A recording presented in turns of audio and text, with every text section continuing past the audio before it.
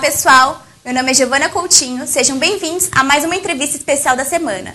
O tema de hoje é política em geral. O nosso convidado especial é o Bruno Ganem. Seja bem-vindo, Bruno. Muito obrigado, Giovana, obrigado pela oportunidade da TV Indaiatuba, a gente poder falar um pouco daquilo que a gente vê na política da nossa cidade, a política do nosso país, é sempre uma grande oportunidade.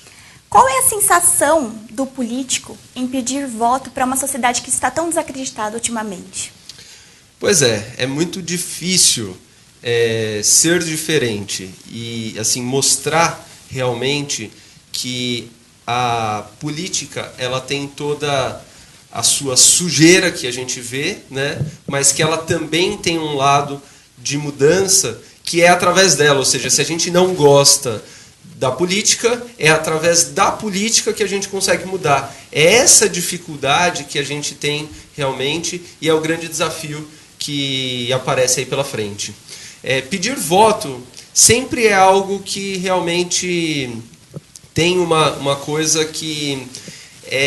eu penso sempre que o pedido do voto ele tem que ser, na verdade, a consequência de toda uma confiança que você construiu, de toda uma história, todo um trabalho, né? E numa sociedade que não acredita na política, isso acaba ficando muito difícil, né? E assim, o que eu sinto é que é fundamental que as pessoas voltem a acreditar na política, mesmo que elas não acreditem nos políticos, né? Os políticos podem ser todos mudados. Você que está nos assistindo tem todo o direito de entrar na política para realmente buscar fazer a diferença. Então, reconquistar para a sociedade e dar à sociedade essa confiança na política é essencial para a gente poder ter um futuro melhor.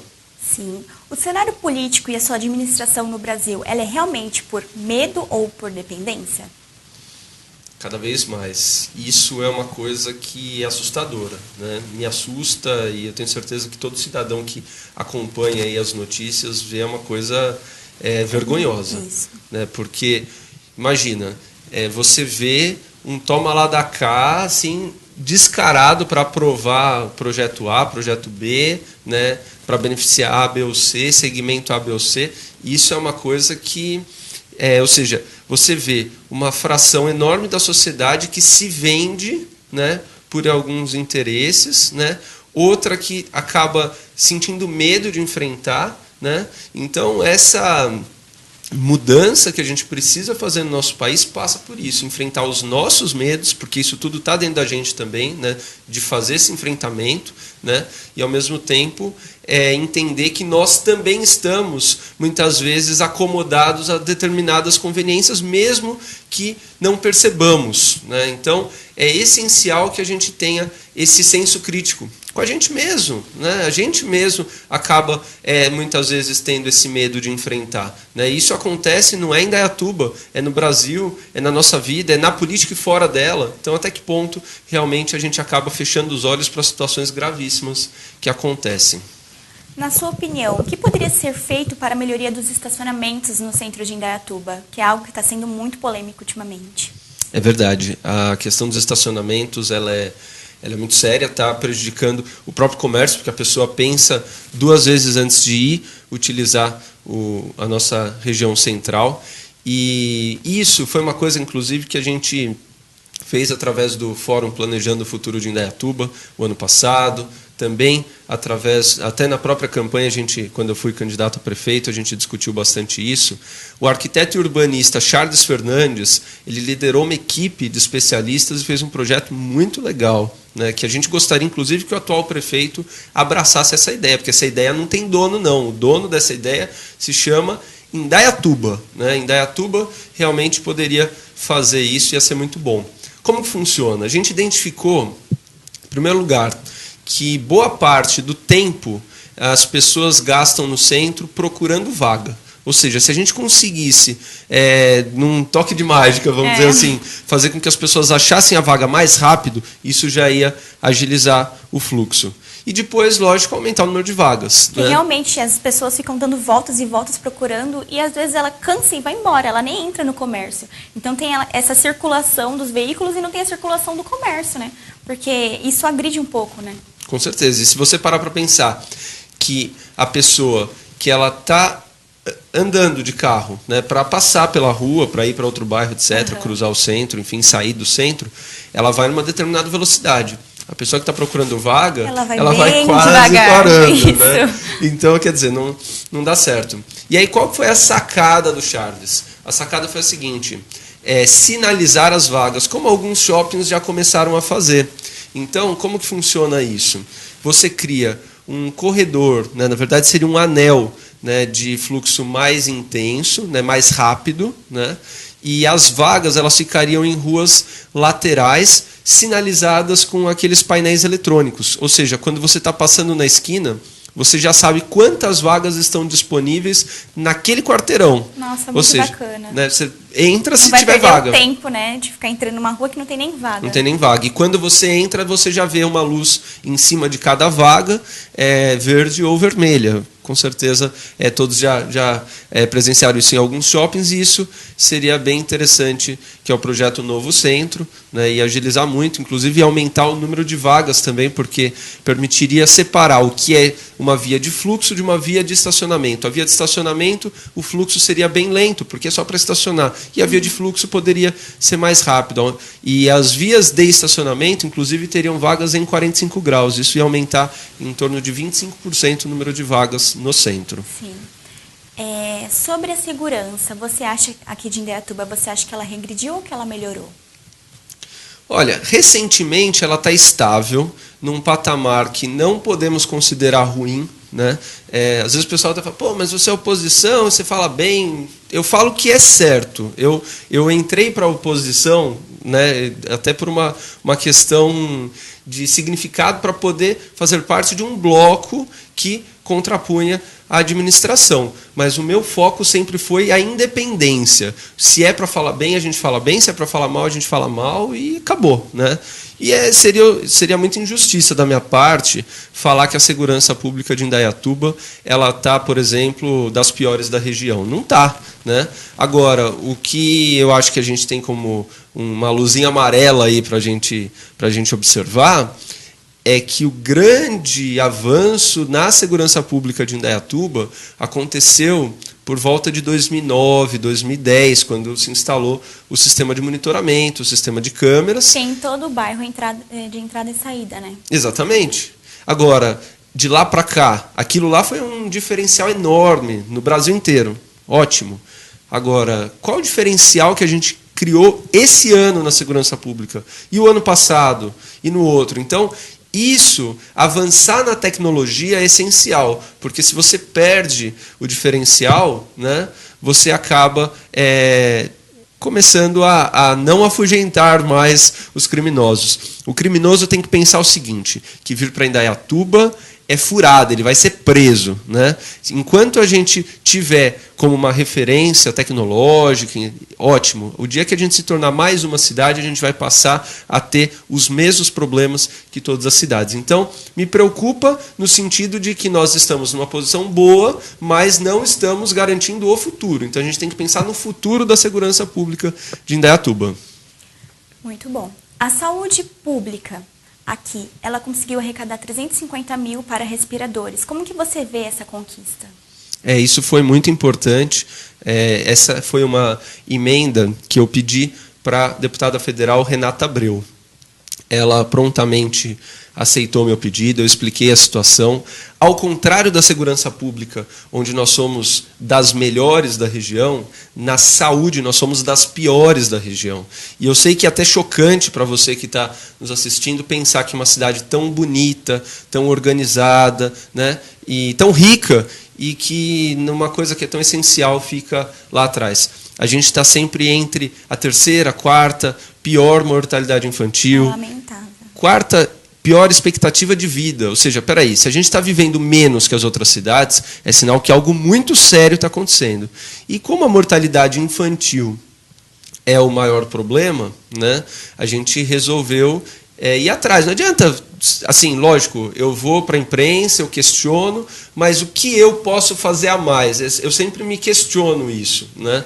É lógico que buscar, mostrar o problema é uma parte da solução, uma parte importante, mas se eu tenho condições de conversar com um deputado, conversar com um secretário, alguma coisa, vamos buscar. E foi assim que eu fiz com a Renata, e ela atendeu, liguei para o Ronaldo, né, que é o diretor da OC, ele falou da questão dos respiradores, já fiz o contato e aí está avançando realmente para que essa conquista para a cidade possa trazer muitos benefícios. Sobre o semáforo inteligente, qual que é a sua opinião sobre essa tecnologia nova? Eu coloquei um vídeo no Facebook falando sobre isso, porque eu faço parte de um grupo de pesquisa na USP sobre cidades inteligentes. Quando eu falo do sistema de câmeras, inclusive, está dentro disso. Uhum. Né?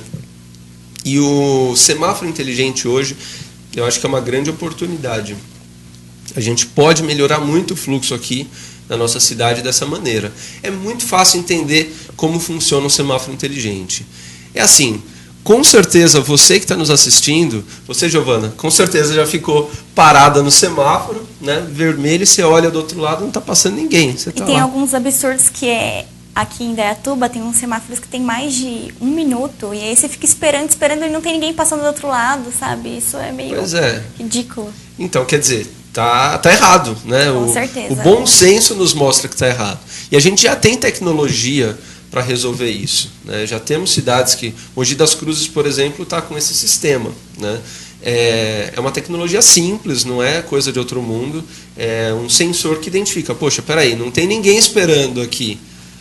Por que eu vou deixar verde? Né? Então, fecha o vermelho e abre para quem está esperando ali. É como na madrugada, né? Na madrugada tem um farol, você tem que ficar esperando lá. Às vezes vem um ladrão, te assalta. Ou às vezes não tem ninguém passando, você tem que ficar esperando, né? Exatamente. Então, a tecnologia, ela melhora muito a qualidade de vida. Então, a gente precisa ter esse avanço na parte de semáforos inteligentes. Eu fiz esse vídeo mostrando isso. Eu fui até um pouco provocativo, né? No meu texto eu falei que os semáforos em Indaiatuba não são eficientes, e não são mesmo. Aí as pessoas falam, poxa, mas espera aí, é igual a região inteira. É verdade, os semáforos da região inteira são ineficientes. Eu digo mais, o Brasil inteiro, né, tirando 1 ou 2 cidades, é todo ineficiente. E isso é um grande desperdício. Só para a gente falar em números, né? Porque tudo tem custo, né? E eu acho que é importante as pessoas terem essa visão de número. A transparência. Né? A transparência.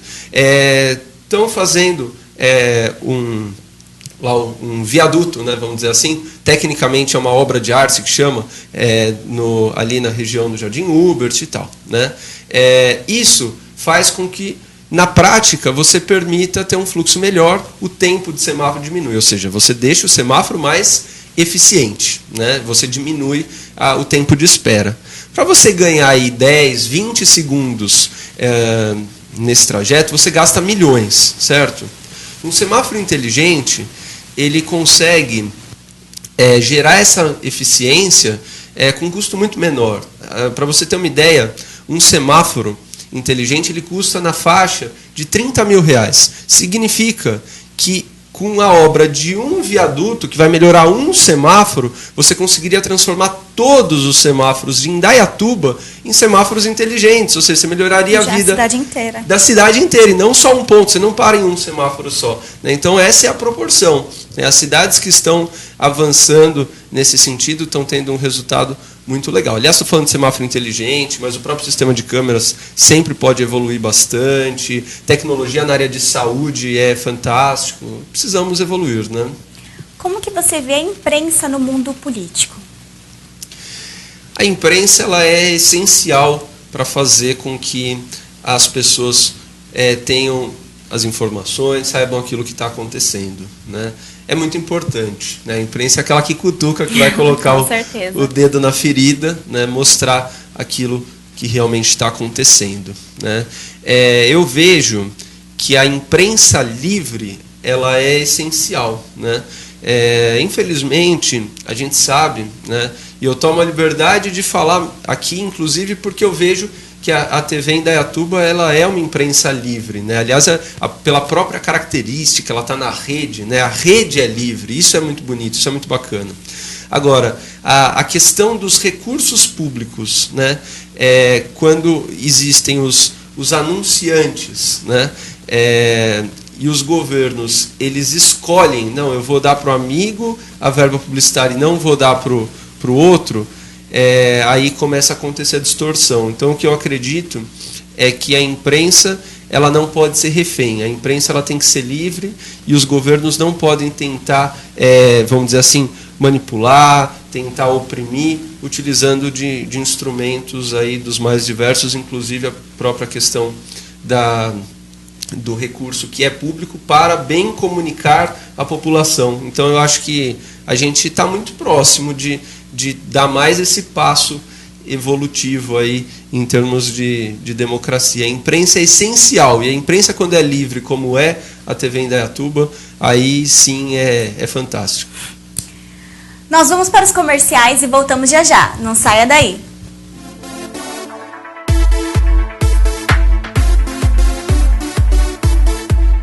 Agora ficou mais fácil você ter o aroma e o sabor do café expresso mais perto de você. A Comori Coffee atende Indaiatuba e região no segmento de venda e locação de máquinas de café expresso. Tenha a delícia do café expresso na sua empresa, escritório ou comércio e ofereça um diferencial aos seus clientes. Atendemos também bares, cafés, lanchonetes e restaurantes. Seja qual for sua necessidade, a Comori Coffee vai atender você, indicando a melhor máquina e dando todo o suporte. Seja compra ou locação. Faça um orçamento sem compromisso e veja as vantagens de ter uma máquina de café expresso à sua disposição. Ligue 19 98103 7127 ou 011 977830675. Comori Coffee, servindo sempre bons negócios. 100% jeans em Indaiatuba. Calças, bermudas masculinas e femininas, cigarretes flat, shorts, calças country, saias evangélicas e tudo em jeans. A única loja em Indaiatuba especializada em jeans com numeração do 34 ao 60 masculino e feminino. A 100% jeans Indaiatuba também tem uma grande variedade em calças jeans brancas. 100% jeans em Indaiatuba. Qualidade e preços baixos todos os dias. Rua Pedro de Toledo 475, Centro em Indaiatuba. Telefone 19 3392 6829. 100% jeans em Indaiatuba, porque jeans nunca é demais.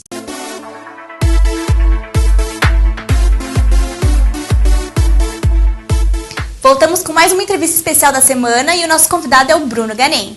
Iremos falar agora sobre o turismo em Indaiatuba. Você acha que o Parque Ecológico, que é um lugar muito turístico aqui em Indaiatuba, podia ser mais explorado?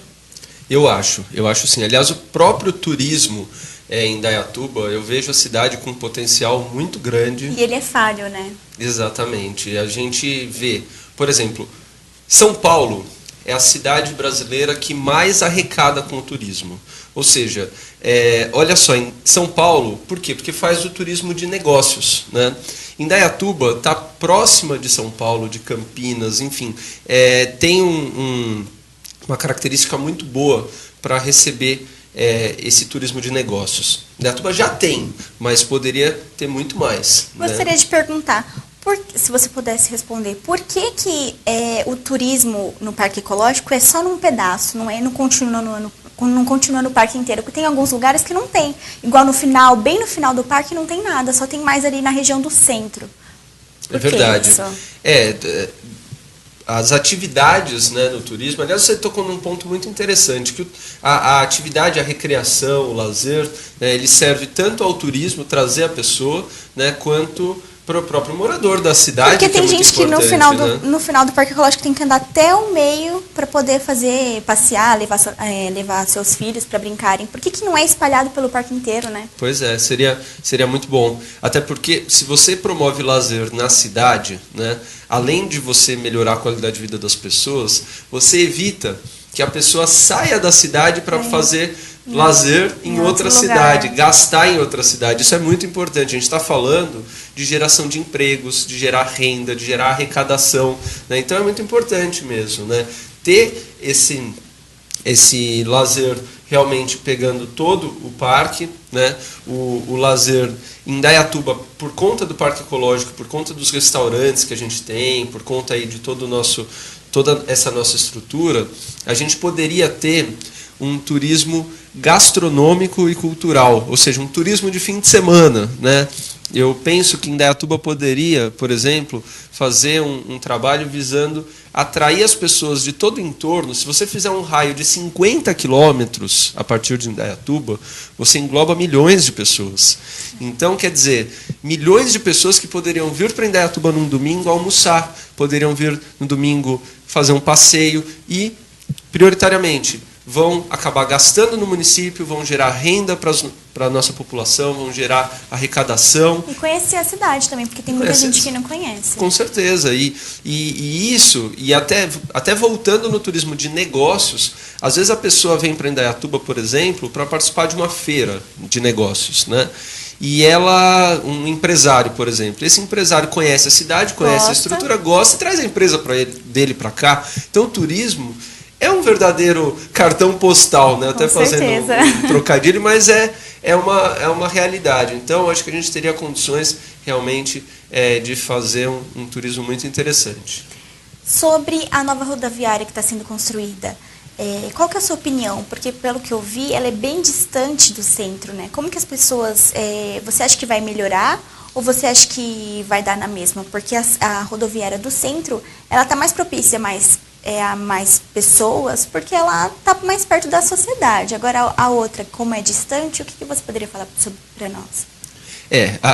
Ter uma nova rodoviária em Indaiatuba é algo que é adequado. Agora, a posição dela, né, a maneira com que ela ficou posicionada... Ela é muito longe. E o pior, a via que leva até lá, ela já é sobrecarregada. Quando a gente fala na Rua dos Indaiás, é uma via que já tinha problemas. Aliás, já tem problemas e quando inaugurar vai aumentar o problema. Por quê? Porque imagina o seguinte, né? Hoje, quando, lógico, a pessoa chega na rodoviária, ela vai... Primeiro que o ônibus ele tem que ir até a rodoviária e depois a pessoa tem que sair da rodoviária para ir para o bairro, para ir para Morada do Sol, Jardim Regina, enfim, né? Para onde ela mora, né? E... nesse trajeto, das duas, uma. Ou ela vai usar um circular, transporte coletivo municipal, né, a CIT, enfim, né? Ou alguém vai buscar de carro, ela vai de táxi, enfim. Isso vai gerar um trajeto, né? Esse trajeto, ele agora vai passar pela Rua dos Indaiás. Quantas pessoas a mais vão passar por lá? Vai gerar um trânsito muito grande. Muito grande.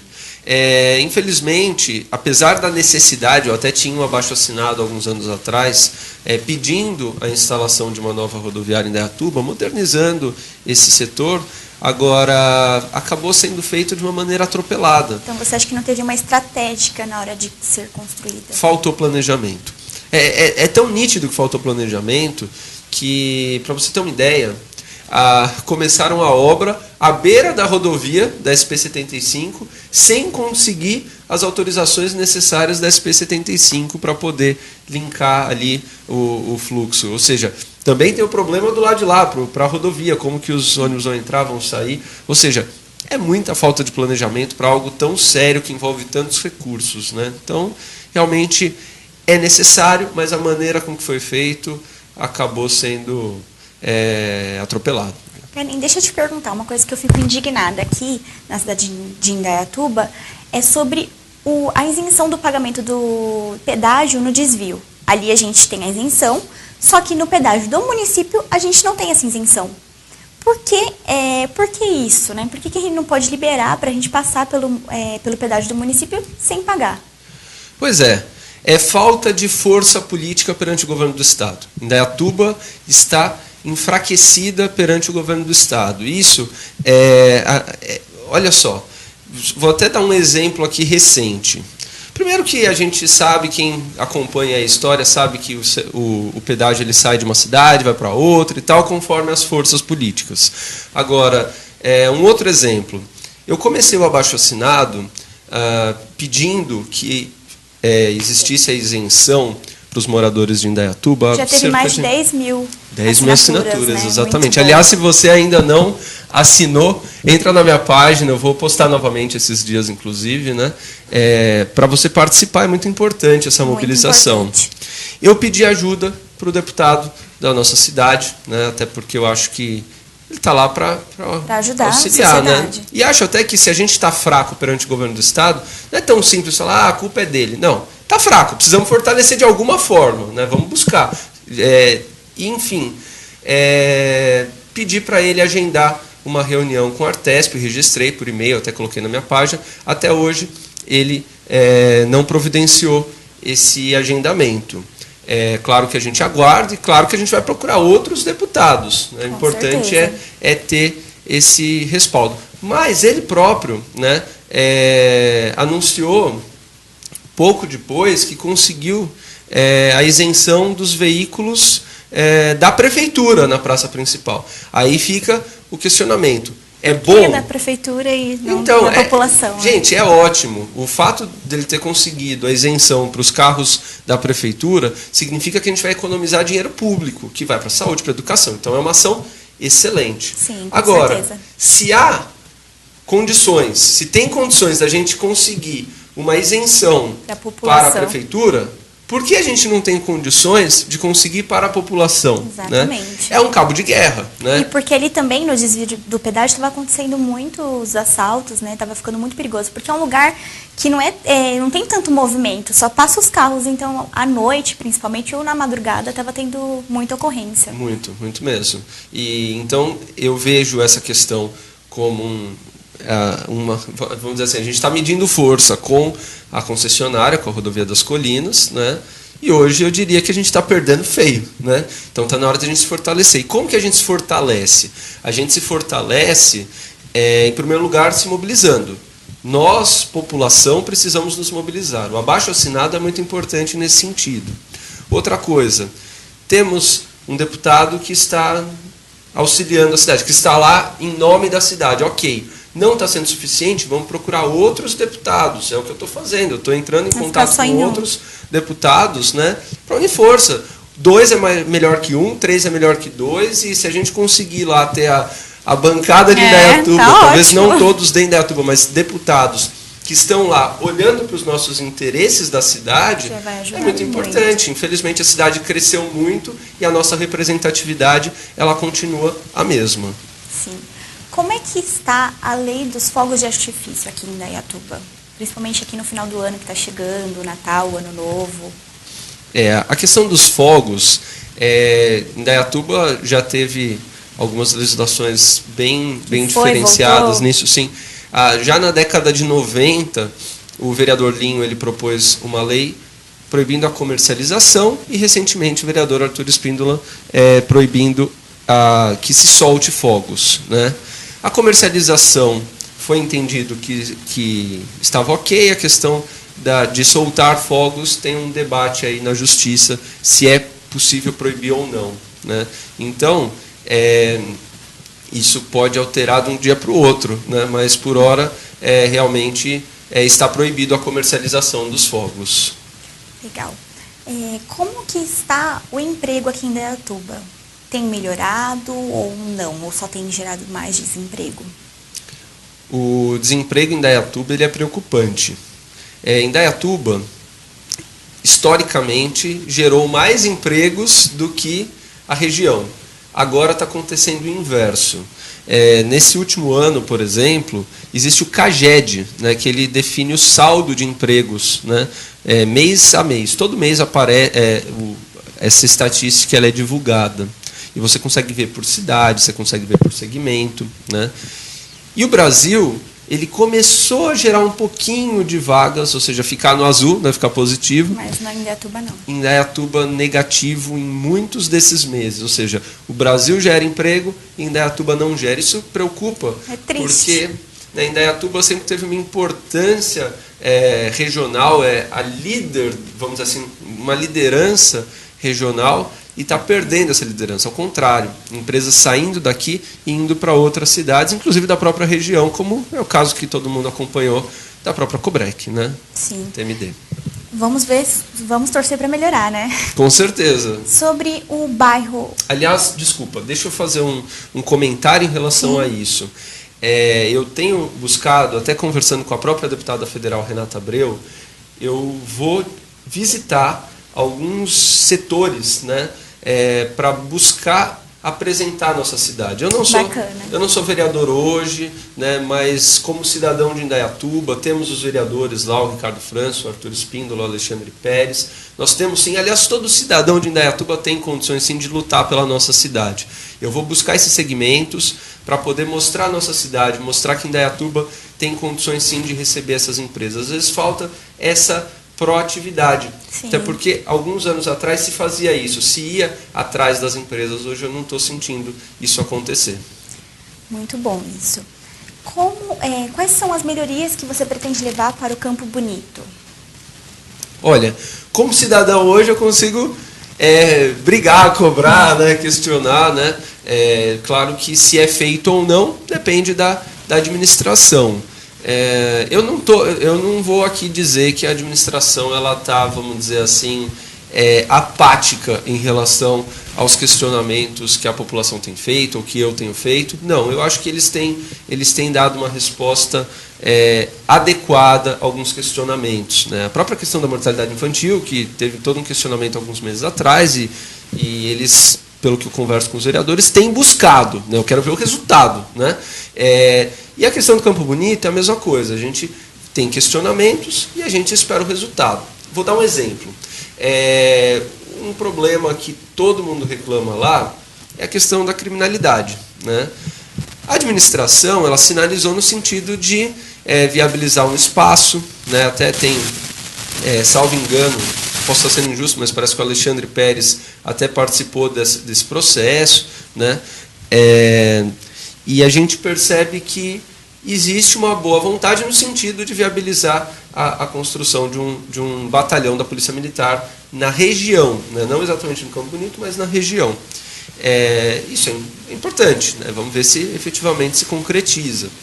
Mas tem questão de iluminação, né, que é um problema. Transporte, né? Também, né? Transporte. Escolas que ainda não tem lá, que é muito difícil para o morador de lá sair, pegar um transporte e ir até o outro lado da cidade para estudar ou para poder trabalhar. Eu acho que isso devia ser melhorado. É verdade. Eu, inclusive, já visitei a linha, né, do Campo Bonito. E é muito longa, né? É longa. Ela faz um percurso muito grande. É verdade. Mas tá indo até para outra cidade, né? Sim, é verdade. E é uma coisa que precisa melhorar bastante, né?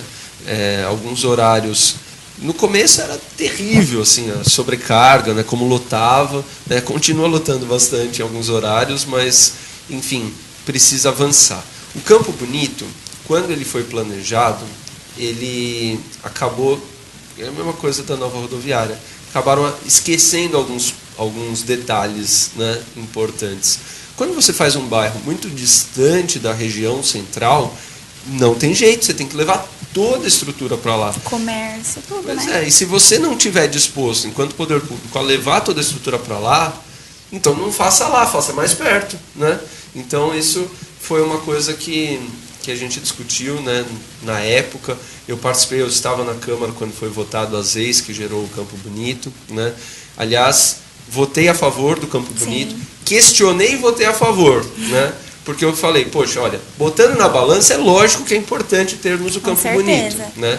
Votei a favor. Aliás, se não fosse o meu voto, não teria saído. Foi uma situação até curiosa, porque eles tinham certeza que a oposição ia votar toda contra, e eu, dentro da linha de que o que é bom eu tenho que defender, acabou, né? Votei a favor, né? Para você ter uma ideia, teve vereador da base que faltou, né? Não foi votar, né? E eu lá da oposição votei a favor, né? Então precisava de 8 votos e eu fui um desses 8 e teve exatamente 8 votos a favor. Sim. E eu fui e eu questionei, todo mundo falou, pô, o Bruno vai votar contra, porque ele está questionando isso, questionando aquilo. Questionei e votei a favor. E depois continuei questionando. Ou seja, o bolo todo, né, vamos dizer assim, o pacote completo, ele é não adianta bom, só votar. Mas tem problemas, exatamente. Precisa resolver, né? Com certeza. Sobre o abaixo-assinado que foi efetuado em janeiro, solicitando a quimioterapia aqui em Indaiatuba, ela obteve êxito ou ainda não? Ainda não. Isso é uma coisa que precisa muito ter um avanço. Eu falo que a nossa saúde em Indaiatuba, como eu disse, a gente está para trás em muitas coisas. Esse é um exemplo. A gente hoje precisa, quando você mais precisa, né, que é quando você vai passar por um tratamento de quimioterapia, você tem que sair da cidade. Isso é muito sério. Tem gente que não tem infraestrutura ou dinheiro para poder ir até outro lugar fazer quimioterapia. Não é eficiente, não é humano, né? Precisamos enfrentar esse problema, com certeza. Muito bom. Quais seriam os seus projetos e objetivos para a cidade de Indaiatuba? Eu vejo Indaiatuba como uma cidade muito bonita, organizada, uma cidade que tem assim uma população que faz a diferença, uma população que acorda muito cedo para ir trabalhar, né? A gente vê o nosso, com certeza, né? Nosso distrito industrial, nosso comércio. Então, são pessoas com uma característica de trabalho, né? E não é possível que todo esse trabalho não gere muitos frutos positivos. Gera, né? Agora, esses frutos positivos, eles precisam, todos eles, efetivamente melhorar a vida de cada cidadão que está se doando para a cidade. Então, para isso acontecer, a gente precisa de uma gestão que seja mais humana. Eu não vejo a nossa administração como uma administração humana. Porque quando você tem recurso e você deixa as pessoas numa situação caótica na saúde, né, onde você deixa mortalidade infantil na condição que está, dificuldade para conseguir medicamento e assim por diante, né, é lógico que tem a responsabilidade do Estado também, não estou, né, mas a prefeitura, a questão da quimioterapia, sim, que é muito, né, importante, essencial, né, então a gente entende que a administração precisaria se humanizar mais, com né? certeza. Um trânsito mais humano também, mais organizado, mais inteligente e profissional, que mate menos, porque o trânsito é hoje o nosso principal problema de saúde pública. As pessoas morrem no trânsito, as pessoas ficam sequeladas para o resto da vida no trânsito, né? Os leitos do hospital, 1/3 são pessoas que, enfim, tiveram problemas no trânsito. Então é uma situação muito séria que a gente precisa enfrentar. Para encerrarmos a entrevista especial da semana, gostaria de perguntar se você tem algum recado para deixar para o pessoal que está assistindo. Eu queria, em primeiro lugar, agradecer mesmo, né, essa oportunidade de poder... Obrigada a você por estar aqui com a gente. Imagina. E com certeza, convidar você, cidadão, né, que está nos acompanhando, a participar cada vez mais da melhoria da nossa cidade. Cobrar a administração, nos cobrar, né, fazer realmente a diferença, entender o que está acontecendo, né? E qualquer dúvida que você tiver, qualquer reclamação, pode entrar em contato comigo. Pode deixar o seu e-mail e o telefone? Com certeza, meu telefone, WhatsApp, tudo está à disposição. Hoje eu não sou vereador, mas temos os nossos vereadores, o Ricardo Franço, o Arthur Espíndola, o Alexandre Pérez, e através deles, com certeza, a gente vai atrás, vamos sempre buscar fazer a diferença para melhorar a nossa cidade. Muito obrigada, viu, Bruno Ganem? A sua presença aqui foi muito importante para a gente, tá? Esta foi mais uma entrevista especial da semana. Semana que vem, voltamos com mais um assunto. Até lá!